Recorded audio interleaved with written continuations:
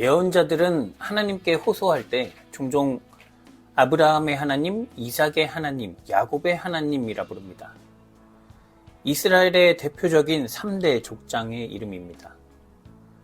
누군가의 이름을 내세우는 이유는 누구나 공감할 만한 업적이나 가르침이 있기 때문인데, 사실 야곱은 인간적으로 본받을 만한 지점을 찾기 어려운 사람입니다. 야곱의 형 에서는 강인하고 사냥을 즐기며 아버지가 좋아하는 별미를 만들 줄 아는 장자였습니다. 시대가 바라는 족장의 이미지에 딱 맞는 사람이었죠. 반면 야곱은 차남일 뿐더러 성격도 조용하고 밖으로 잘 나가지 않는 성격이었습니다. 게다가 욕심이 많아 사냥을 마치고 지쳐 돌아온 형을 음식으로 자극해 장자권을 빼앗고, 눈이 어두운 아버지마저 속여 형이 받아야 할 축복을 가로챕니다. 당시 상속법에 따라 이삭의 장자는 재산의 3분의 1을 상속받을 예정이었기에 야곱은 그 모든 권위와 재물을 위해 이런 일을 저지른 것입니다. 인간의 합리적인 판단으로는 왜 하나님이 에서가 아닌 야곱을 택하셨는지 이해하기 어렵습니다. 그러나 성경에서 이런 결과들을 자주 보는 이유는 하나님이 사람을 보시는 기준이 사람과 다르기 때문입니다. 에서는 야곱이 자신을 속여 축복을 가로챘다는 사실을 알고 아버지를 곡할 날이 머지 않았으니 그때 동생 야곱을 죽이겠다라는 말을 하고 다녔습니다. 이를 들은 리브가는 야곱에게 형의 분노가 풀릴 때까지 외삼촌 집에 있으라 했고, 그래서 야곱은 홀로 하란으로 도망합니다. 장막에 있는 것을 더 좋아했던 야곱에게 하란으로 가는 길은 무척 힘겨웠을 것입니다. 광야는 먹을 것도 마실 것도 없는 곳, 오로지 홀로 생존을 위해 싸워야만 하는 장소입니다. 사람을 마주쳐도 반가움보다 강도로 변하지 않을까 하는 긴장이 앞서며, 밤이 오면 잠자리와 들짐승을 걱정해야 하는, 그래서 아주 작은 소리에도 예민해지는 곳이 광야입니다. 이는 오늘 우리의 삶과 다르지 않습니다. 일터에서 만나는 사람들은 서로 위치와 이익을 따지고 자녀의 미래를 위해 어려서부터 치열하게 경쟁 구도에 내몹니다. 어른들은 집값과 투자에 예민해지고 정보 하나 놓칠까 두려워 돈과 세상의 마음을 빼앗깁니다. 이런 사람들은 어디에서 평화를 찾을 수 있을까요? 신앙인들도 종종 여유가 있어야 신앙생활이 된다, 세상 물정 모르면 도태된다 라고 말하며 세상 속에 빠져 사는 자신을 합리화합니다.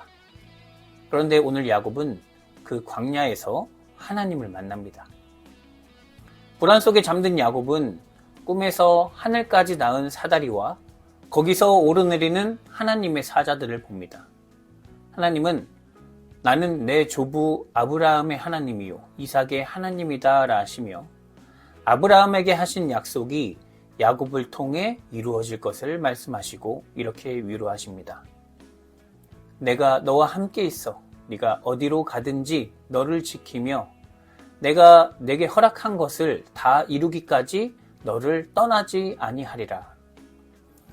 형과 아버지를 속이고 세상에 온전히 혼자 남았다는 고립감, 이제 나만이 나를 살릴 수 있다는 생각에 사로잡혀 있던 광야의 야곱에게 이 꿈은 그 생각이 틀렸음을 깨닫게 해줍니다. 살다 보면 일상에서 경험했던 인상적인 장면이나 대화가 마음속에 남아 꿈속에서 재생되듯, 야곱도 아버지와 어머니에게서 들었던 아브라함의 이야기, 하나님의 신실하심에 관한 많은 이야기를 무의식 속에 품고 있었고, 그것이 꿈을 통해 되살아난 것입니다. 꿈에서 깬 야곱은 고백합니다. 여호와께서 과연 여기 계시거늘 내가 알지 못하였도다. 하나님이 야곱을 선택하신 이유는 그가 의로워서가 아니라 가장 절박한 상황에서 물질이나 사람의 능력이 아닌 하나님을 찾았기 때문입니다. 사람은 에서의 힘과 재능을 보고 판단하지만 하나님은 그 마음에 하나님을 둔 자를 택하십니다. 야곱은 외칩니다. 두렵도다 이곳이여. 이는 단순히 무섭거나 폭압적인 분위기에서 오는 두려움이 아니라 압도적인 경외감에서 오는 감정입니다. 갓 태어난 아이를 처음 안고 체온을 느낄 때, 매일 도심에서 치열하게 살던 사람이 만년설 봉우리나 끝없는 바다 앞에 처음 설 때, 우리는 놀라운 경험 속에서 자기 존재의 나약함을 처절히 경험합니다. 1990년 보이저호가 찍은 지구 사진을 처음 보고 사람들이 말한 것은 과학의 위대함이 아니라 평화였습니다. 이럴 때 느끼는 두려움을 바로 거룩한 두려움이라고 합니다. 우리는 어떻게 살아가고 있습니까? 남과 비교해 더 높이 올라가려는 방식으로 자기 불안을 해소하려 한다면 그는 결코 구원의 기쁨을 경험하지 못할 것입니다. 하나님은 가족에게 죄를 짓고 광야에 홀로 버려졌다고 느끼던 야곱과 함께 하신 분입니다. 문제는 우리가 하나님을 찾지 않는 것입니다. 하나님을 찾는 자에게 부족함은 없습니다. 다음날 야곱은 베개 삼았던 돌을 세워 기름을 붓고 그곳을 베델, 곧 하나님의 집이라 부릅니다. 훗날 여로보암은 이곳에 금송아지를 세워 우상 숭배의 자리로 변질시켰습니다. 하나님을 찾는 거룩한 마음은 없고 선조 야곱이 하나님을 만난 자리를 신성시했기 때문입니다. 이런 잘못은 꾸준히 이어집니다. 북이스라엘은 그리심산을, 남유다는 예루살렘 성전을 진짜 예배처라며 다퉜습니다. 그러나 예수님은 나다나엘에게 하늘이 열리고 하나님의 사자들이 인자 위에 오르락 내리락 하는 것을 보리라 말씀하시며 하나님을 만나는 베델의 경험이 예수님을 통해 이루어질 것임을 말씀하셨습니다. 사람들은 예수님을 통해 로마로부터 독립을 기대했지만 예수님은 정죄가 아닌 사랑과 용서의 하나님의 뜻을 몸소 살아내시고 억울한 죽음까지 받아들이셨습니다. 진정한 예배가 어디에서 이루어지는 것인지 묻는 사마리아 여인에게는 아버지께서는 영과 진리로 예배하는 자들을 찾으신다라고 하시며 참된 예배는 장소가 아니라 진실한 마음에서 이루어진다고 말씀하셨습니다.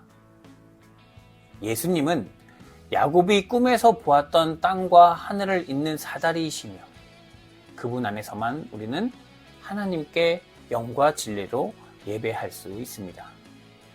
살아가는 성도 여러분, 눈앞의 삶이 복잡하고 답답할지라도 우리가 무언가를 이루려 하는 선한 과정이 기대와 다르게 최악으로 치닫는다 하더라도 하나님은 우리와 함께 하십니다. 이것을 기억한다면 우리는 위로받을 수 있습니다.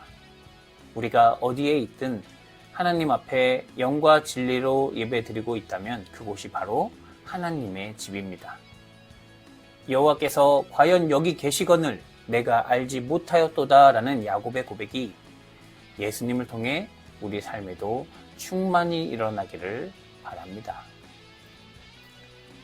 생명의 주님, 우리는 세상을 살아가며 끊임없이 불안해하고 더 나은 조건을 갖추기 위해 조급한 마음으로 앞서가려 합니다.